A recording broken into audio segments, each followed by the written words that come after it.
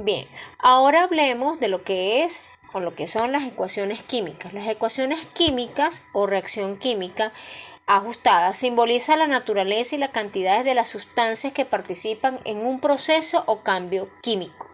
En un proceso o cambio químico, donde están las sustancias involucradas, que pueden ser elementos puros o compuestos combinados, para que a través de las propiedades físico-químicas ocurran un cambio y un producto deseado, por lo que se traduce en que es la relación entre las cantidades de las sustancias que intervienen en la ecuación química o reacción química. Esa connotación o esa conceptualización es lo que nosotros conocemos como estequiometría. Tal y como pueden observar en la reacción química que ocurre entre el hidrógeno y el cloro para generar ácido clorhídrico, en donde en el lado izquierdo de la reacción pueden observar los reactivos y en el lado derecho los productos.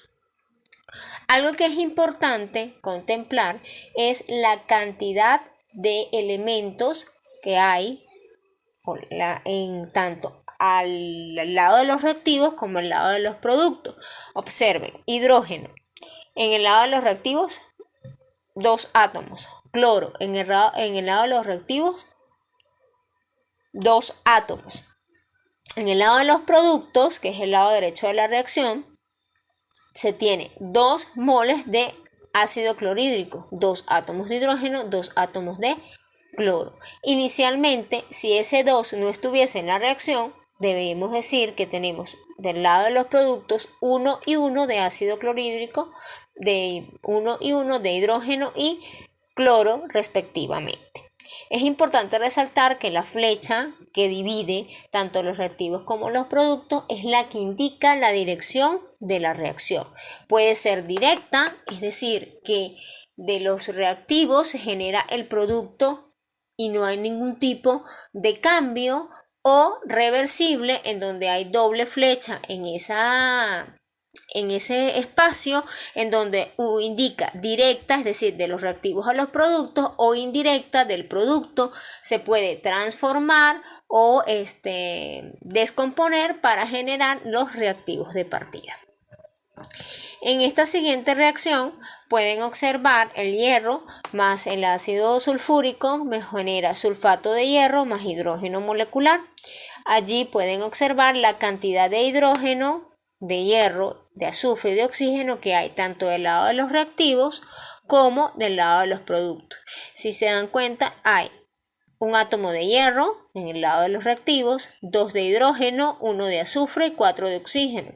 En el caso de los productos hay 2 de hierro, 2 de hidrógeno, 3 de azufre y 12 de oxígeno, lo que se traduce que esta reacción debe ser balanceada. Hay balanceos, hay 2 tipos de balanceo por tanteo y el balanceo que puede ser por ion electrón o óxido-reducción, en donde para estos dos se realiza el procedimiento de manera muy similar. Más adelante les voy a explicar cómo se hace el balanceo por tanteo. Acá pueden observar nuevamente la reacción entre 2 átomos de cloro con 2 átomos de hidrógeno para producir ácido clorhídrico. Fíjense acá, que es lo que les comentaba anteriormente. Aquí pueden observar la doble flecha, en donde esa doble flecha me indica un proceso reversible, es decir, que puede ir hacia la producción de ácido clorhídrico, o de la producción de ácido clorhídrico se puede obtener los reactivos involucrados, cloro e hidrógeno. Importante, la reacción se encuentra allí balanceada. Para que puedan establecerse las relaciones estequiométricas, los reactivos y los productos deben estar balanceados, es decir, la misma cantidad de átomos o de elementos del lado izquierdo de la reacción debe ser la misma del lado derecho de los productos. Acá dentro de las relaciones estequiométricas se tiene, para en caso de relaciones molares, es decir, relacionar molde A con molde B, es decir, un elemento A con un elemento B, o relaciones en peso, gramos de soluto de A entre gramos de solución A más B, tanto del soluto como del solvente. En el caso de las relaciones peso-volumen y volumen-volumen, se tiene gramos del soluto entre volumen de solución, soluto más solvente, volumen de soluto A entre volumen de solución A, B. Luego podemos observar las formas de expresar las concentraciones de las disoluciones. Esta parte la vamos a abordar más adelante cuando veamos reacciones químicas.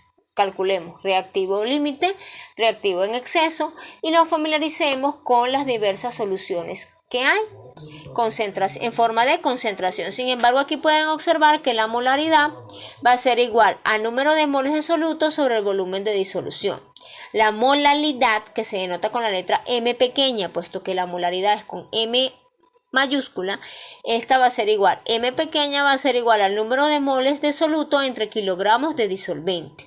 La normalidad, denotada con N mayúscula, se refiere al número de equivalentes de soluto sobre volumen de solución.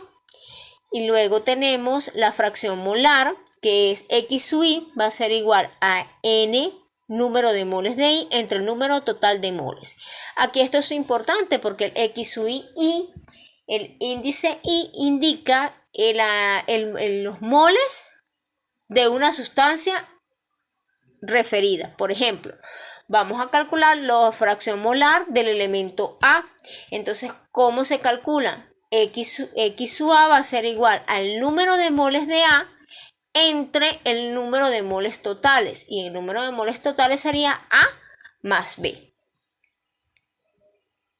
Luego, podemos acá establecer un breve repaso de lo que vimos en la primera parte de la unidad de estequiometría.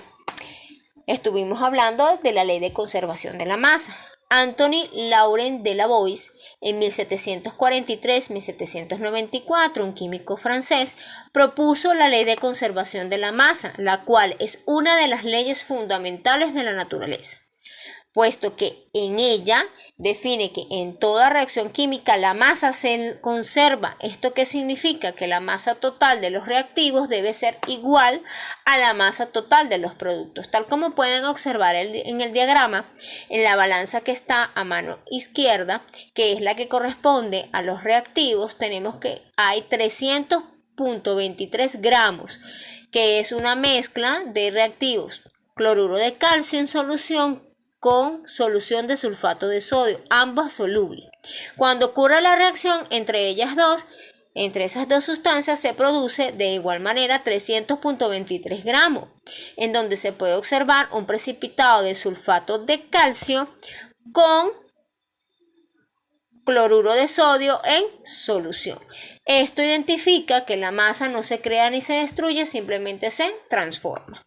Luego podemos observar acá otra de las proposiciones de John Dalton, 1766-1844, un químico matemático inglés, quien propuso la ley de las presiones parciales y la ley de las proporciones múltiples. También propuso la ley de la conservación de la energía, los cuales fueron fundamentos importantes y claves para la termodinámica. Acá, pues en toda reacción química debe ocurrir bajo ciertos parámetros termodinámicos, entre ellos la entalpía, la energía libre de Gitt y la entropía. Bien. Acá podemos observar que ustedes deben dominar hasta este punto lo que es la definición de mol, masa molar, masa molecular, conversiones de gramos a moles, moléculas, átomos, establecer un análisis dimensional considerando el número de Avogadro, las conversiones de unidades de temperatura, de otras unidades y la notación científica, el despeje de ecuaciones y variables. También deben tener en cuenta y presente lo que son los tipos de reacciones químicas y el balanceo al tanteo de dichas ecuaciones. Aquí podemos observar la interconvención en gramos, moles, moléculas y átomos. Si se quiere obtener gramos partiendo de moles, simplemente tenemos números de moles en el numerador, un mol en el denominador, esas unidades se cancelan y me permiten tener gramos. Si vamos a tener mol a partir de la masa, pues los gramos deberían de ir en el denominador para cancelar. Tal y como les comenté anteriormente, en química se utilizan netamente factores de conversión. Si se va a obtener número de átomos o moléculas, se utiliza el número de Avogadro, el número de moles, por 6,022 por 10 a la 23 átomos o moléculas entre mol. Si se va a obtener mol a partir de átomos, pues el número de Avogadro debe ir en el denominador.